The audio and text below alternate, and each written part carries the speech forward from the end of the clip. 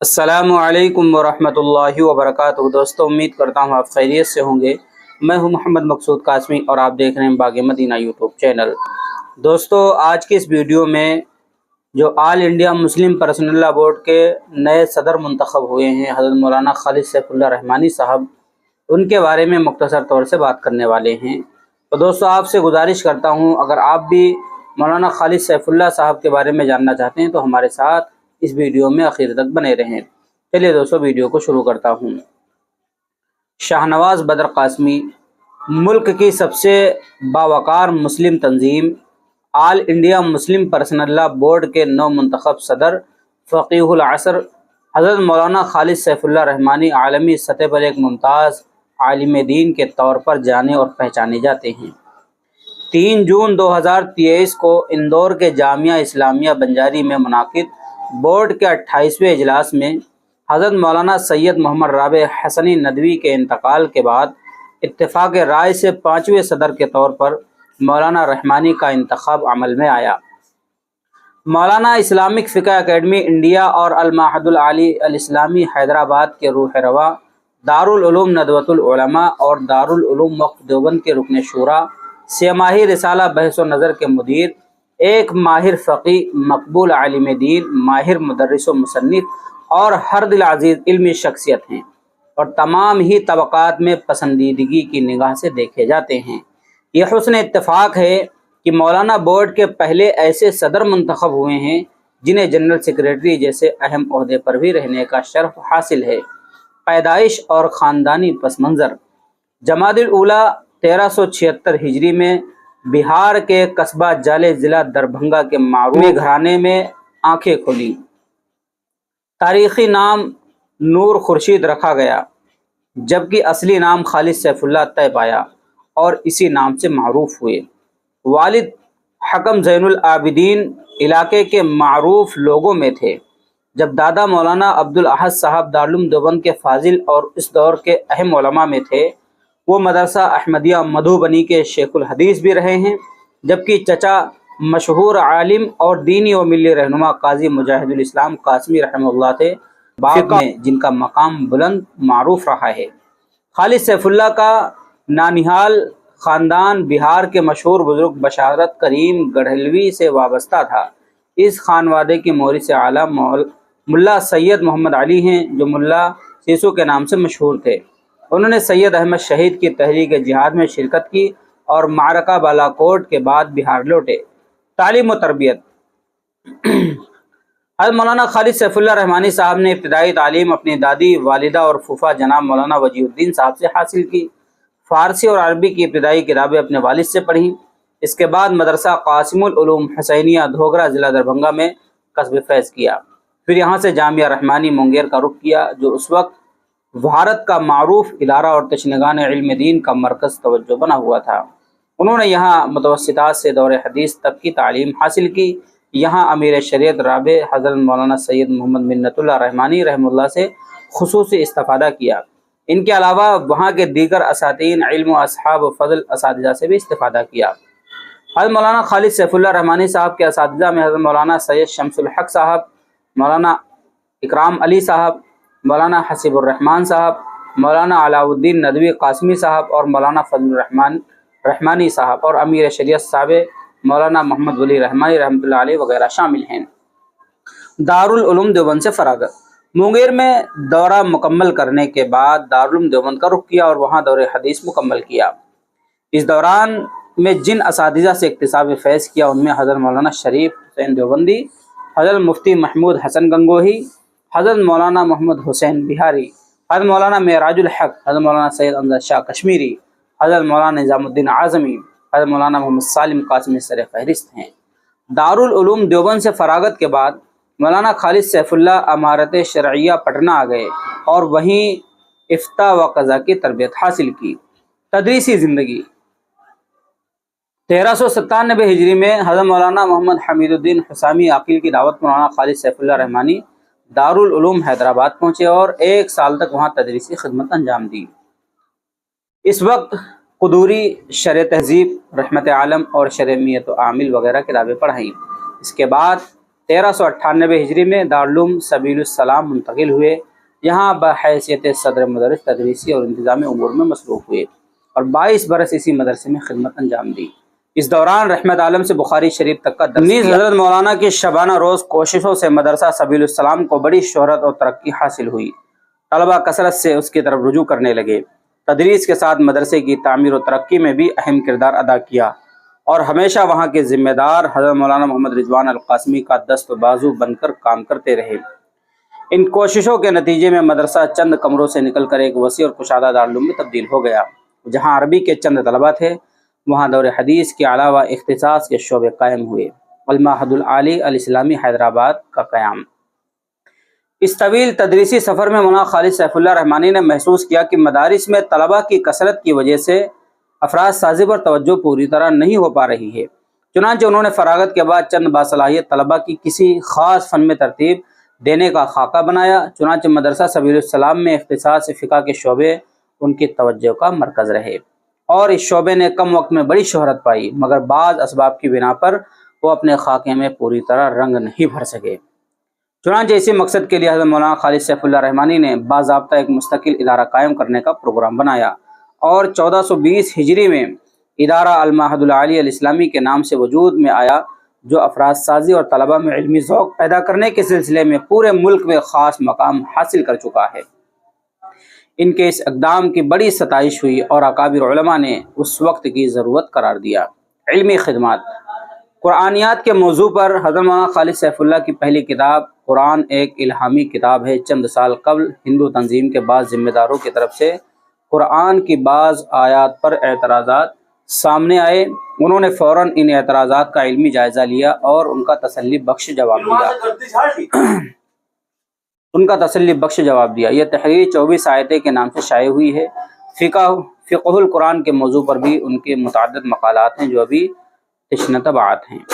قرآن کا ترجمہ مختصر تشریح پر بھی انہوں نے کام کیا ہے جو مکمل ہوا، اس کا ایڈیشن ابھی شائع ہو گیا۔ حدیث کے موضوع پر بھی متعدد کتابیں ہیں۔ مدارس کے طلبہ کے لیے آسان اصول حدیث تحریر کی جو متعدد مدارس کے نصاب میں شامل ہے۔ آثار السنن کا تکملہ ابھی غیر مطبوع ہے، جبکہ علوم حدیث کے موضوع پر متعدد مقالات اور تحریریں کس مجموعے میں شامل ہونے کی منتظر ہیں۔ ایک طویل عرصے تک حدیث کی مشہور کتابیں صحیح بخاری اور سنن ترمذی کا درس بھی دیا ہے۔ چنانچہ ان دونوں نسخوں پر اپنے حواشی اور تعلیقات بھی تحریر کیے ہیں۔ فقہ مولانا خالد سیف اللہ رحمانی کا خاص موضوع ہے اور ان کی تصنیفی زندگی کا آغاز بھی اسی موضوع سے ہوا۔ 1976 عیسوی میں جب جامعہ رحمانی مونگیر میں زیر تعلیم تھے کہ حکومت کی طرف سے چلائی جانے والی جبری نسبندی تحریک کے تناظر میں ادارہ المباحث الفقی کی جانب سے ایک مفصل سوال نامہ حضرت مولانا سید منت اللہ رحمانی رحمہ اللہ کو موصول ہوا۔ انہوں نے مولانا خالد سیف اللہ کو اس سوال نامے کا جواب لکھنے کی ذمہ داری دے دی۔ یہی جواب بعد میں فیملی پلاننگ اور اسلام کے نام سے دارالتصنیف ہاپوڑ سے شائع ہوا اور اب جدید فقہی مسائل جلد سوم کا حصہ ہے۔ جدید فقہی مسائل کو انہوں نے اپنی تحقیق کا موضوع بنایا اور متعدد تحقیقات پیش کی۔ فقہ کے موضوع پر لکھی جانے والی تحریروں میں ائمہ اربعہ کے علاوہ صحابہ و تابعین، ائمہ کی آراء کے درمیان تطبیق و ترجیح، مقاصد شریعت کی رعایت، مسائل کے حل میں عرف و زمانے سے آگاہی، دلائل کی بنیاد پر دوسرے امام کی رائے پر فتویٰ، اسی طرح ضرورت پڑنے پر خود ائمہ احناف کے مفتوی قول کے علاوہ دوسرے قول پر فتویٰ اور مسائل کی تحقیق میں اجتہادی شان، یہ وہ امتیازی پہلو ہیں جو دوسرے مصنفین سے آپ کو ممتاز کرتی ہیں۔ جدید مسائل کیسے حل کیے جائیں، اس سلسلے میں مولانا نے مسائل کی تبدیلی کے اسباب اور حل کے رہنما اصول سے متعلق تفصیلی تحریر جدید فقہی مسائل کے شروع میں بطور مقدمہ شامل کیا ہے۔ اس کے علاوہ اجتہاد، تقلید، تلفیق، دیگر دبستان فقہ، استفادہ، اجتماعی اجتہاد جیسے موضوعات پر آپ کے تحقیقی مقالات ہیں جس میں آپ کی فکر پوری طرح واضح ہو کر سامنے آتی ہے۔ اس طرح آپ نے جدید مسائل کے حل کے لیے رہنما اصول بھی بتائے اور پھر عملی طور پر اسے برت کر بھی دکھایا۔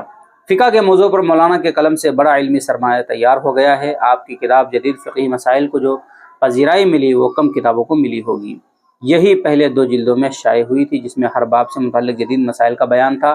اب یہ 5 جلدوں میں شائع ہو رہی ہے۔ اخیر کی 3 جلدیں آپ کے فقہی مقالات پر مشتمل ہیں جو موضوعی ترتیب عبادات کے مسائل، معاشرتی مسائل اور معاشی مسائل کے عنوان سے ہے۔ اس کتاب کا ترجمہ اور تلخیص عربی میں نوازل فقیہ معاصرہ کے نام سے شائع ہو چکی ہے۔ کتاب الفتاوا 6 جلدوں پر مشتمل آپ کے فتاوا کا جو روزنامہ، منصف اور دوسرے اخبارات اور رسائل میں شائع ہوتے تھے۔ اس کے مزید کئی جلدیں زیر ترتیب ہیں۔ اس میں جدید مسائل کثرت سے آئے ہیں۔ اخبار کے قارئین کے لحاظ سے مسائل میں مسائل کا پہلو، آسان زبان، سہل اسلوب و جواب کے ساتھ نصیحت اور تذکیر، یہ اس کتاب کی نمایاں خصوصیات ہیں۔ قاموس الفقہ آپ کی بلا مبالغہ ایک شاہکار تصنیف ہے۔ یہ اسلامی علوم کا ایک عظیم الشان انسائکلوپیڈیا ہے، جس میں حروف تہجی کے اعتبار سے شرعی مسائل کے علاوہ فقہی اصطلاحات، ایمان و کفر سے متعلق اہم مسائل اور مستشرقین موضوعات مثلا پردہ، جہاد وغیرہ کی وضاحت کی گئی ہے۔ کتاب 5 ضخیم جلدوں پر مشتمل ہے۔ ہر جلد پر ہندوستان کے مشاہیر اہل علم میں سے کسی ایک کا مقدمہ ہے۔ ان حضرات نے مذکورہ کاوش کو جس طرح سراہا ہے اور جن تاثرات کا اظہار کیا ہے، اس سے کتاب کی قدر و منزلت کا اندازہ ہوتا ہے۔ کئی سال قبل جب اس کتاب کی پہلی جلد اشاعت پذیر ہوئی تو اس کے مقدمے میں حضرت مولانا سید ابو الحسن علی حسنی ندوی رحمۃ اللہ علیہ نے تحریر فرمایا تھا، یہ کتاب مکمل ہونے کے بعد انشاءاللہ بڑی مفید اور اپنے موضوع پر منفرد ہوگی، جس میں مصنف کی وسعت، قد نظر، مسائل حاضرہ سے واقفیت اور ان کے حل کی مخلصانہ فکر، اور سب سے بڑھ کر یہ کہ اسلام کے نقش قدم پر چلنے کا جذبہ نمایاں ہے۔ تصانیف: قرآن کی الہامی کتاب 1، آیت 24، فقہ القرآن، ترجمہ قرآن مع مختصر توضیحات، آسان اصول حدیث، علم حصول حدیث، قاموس الفقہ، جدید فقہی مسائل، عبادات اور جدید مسائل، اسلام اور جدید معاشی مسائل، اسلام اور جدید میڈیکل مسائل، آسان اصول فقہ۔ کتاب الفتاوا 6 جلدوں میں طلاق و تفریق، اسلام کے اصول قانون، مسلمانوں و غیر مسلموں کے تعلقات، حلال و حرام، اسلام کے نظام، عشر و زکوٰۃ، نئے مسائل، مختصر سیرت ابن ہشام، خطبات بنگلور، نقوش نبوی، نقوش موعظت، عصر حاضر کے سماجی مسائل، دین و عصری تعلیم، مسائل حل، راہ اعتدال، مسلم پرسن اللہ، ایک نظر میں عورت، اسلام کے سائے میں، تقریباً 30 کتابیں ہیں۔ امتیازی خصوصیات: مولانا جہاں ایک عظیم علمی شخصیت کے مالک ہیں، وہیں آپ کی زندگی میں متعدد ایسے اوصاف و خصوصیات ملتے ہیں جن کی وجہ سے آپ کا قد اپنے ہم عصروں کے درمیان ممتاز اور نمایاں نظر آتا ہے۔ آپ کی شخصیت کا سب سے امتیازی پہلو فکری اعتدال ہے۔ یہ اعتدال، توازن آپ کے فکر و عمل میں پوری طرح رچا بسا نظر آتا ہے۔ فقہی تحریروں میں اسلاف کے علمی سرمایہ، فقہا کے اختلافات، محدثین کی آراء، صاحب تحریر کی تحقیق اور زمانے کے تقاضوں کی رعایت، ان سب سے بیک وقت وابستہ پڑتا ہے۔ ایسے موقع حسب مراتب و مدارج، احکام و آراء کو مناسب حیثیت دینا، قلم کو اعتدال کے دائرے میں رکھنا اور انصاف کے دامن کو تھامے ہوئے تطبیق و ترجیح کا فیصلہ کرنا بڑا نازک اور جنگسل کام ہوتا ہے۔ بلا شبہ مولانا اس وادی سے کامیاب گزرے ہیں۔ آپ کی تحریریں اس باب میں نمونہ اور مثال کی حیثیت رکھتی ہیں۔ مولانا حنفی دبستان فقہ سے تعلق رکھتے ہیں، لہٰذا عام مسائل میں آپ فقہ حنفی کے پابند ہوتے ہیں اور اسی کے مطابق فتویٰ دیتے ہیں۔ مقاصد شریعت اور مصالح شریعت پر نظر رہتی ہے، فقہا کے اصول بھی اور زمانے کے تقاضے بھی پیش نظر ہوتے ہیں۔ ان ساری چیزوں کو سامنے رکھ کر دلائل کی قوت اور دیگر چیزوں کی رعایت کے ساتھ کسی حکم تک پہنچتے ہیں۔ مسائل کے حل کے عمل میں مولانا کی حیثیت ایک بالغ نظر محقق کی ہوتی ہے جو فن پر حاوی ہے اور اس فن کے بنیادی تقاضوں کو پورا کرتے ہوئے اعتدال اور توازن کے ساتھ کوئی رائے پیش کرتا ہے۔ مولانا کا دوسرا امتیازی وصف علم و عمل میں تنوع ہے۔ مولانا کا اصل موضوع فقہ اور بالخصوص جدید مسائل ہیں، مگر جیسا کہ پیچھے گزرا، مولانا قرآنیات، حدیث و فقہ، اصول فقہ، عربی زبان، مقاصد شریعت اور ان سب سے متعلق ذیلی فنون پر نہ صرف گہری نظر رکھتے ہیں بلکہ ان میں سے اکثر موضوعات پر آپ کا علمی نگارشات بھی ہے جو مختلف علوم سے واقفیت پر شاہد عدل ہے۔ علم کی طرح عملی زندگی بھی متنوع ہے۔ تدریس آپ کا سب سے محبوب مشغلہ رہا ہے اور حیات و مستعار کے زیادہ تر لمحات اسی میں صرف ہوئے۔ تدریس کے ساتھ انتظامی امور کو سنبھالنا اور دونوں ذمہ داریوں سے عہدہ برآ ہونا عموماً مشکل ہوتا ہے۔ مولانا کے ساتھ مسائل شروع سے متعلق رہے اور آپ دونوں ذمہ داریوں کو بحسن خوبی نبھاتے رہے۔ ان کے علاوہ مولانا غیر مسلموں میں دعوتی کام کا بڑا جذبہ رکھتے ہیں۔ آپ نے المعہد العالی میں اس کا مستقل شعبہ قائم کیا جہاں دعوتی کیمپ بھی لگواتے ہیں اور طلبہ عملی طور پر بھی اس کام کی مشق کرتے رہے۔ آپ ان سارے کاموں کی نگرانی فرماتے ہیں۔ اسی کے ساتھ حیدرآباد شہر کا دعوتی مرکز دی ٹرو میسج سینٹر آپ کی نگرانی ہی میں اپنی سرگرمیاں انجام دیتا ہے۔ علمی و دعوتی اسفار، متعدد مدارس کی نگرانی، تنظیموں اور اداروں سے وابستگی اور ملی کاموں میں شرکت آپ کے اولین ترجیحات میں شامل ہے۔ تیسرا اہم امتیازی پہلو افراد سازی کا ملکہ ہے۔ اللہ تعالیٰ نے افراد کی تربیت اور فضلۂ مدارس میں علمی ذوق اور شوق پیدا کرنے کی خاص صلاحیت آپ میں رکھی ہے۔ آپ کی اس خصوصی صلاحیت کا اعتراف اکابر علماء نے کیا ہے۔ مولانا اپنے چھوٹوں سے بڑی محبت کرتے ہیں، طلبہ پر ایسی شفقت فرماتے ہیں کہ ہر طالب علم یہ سمجھتا ہے کہ مولانا مجھے زیادہ چاہتے ہیں۔ مولانا انہیں اپنے فرزندوں کی طرح اور بسا اوقات اس سے بڑھ کر چاہتے ہیں۔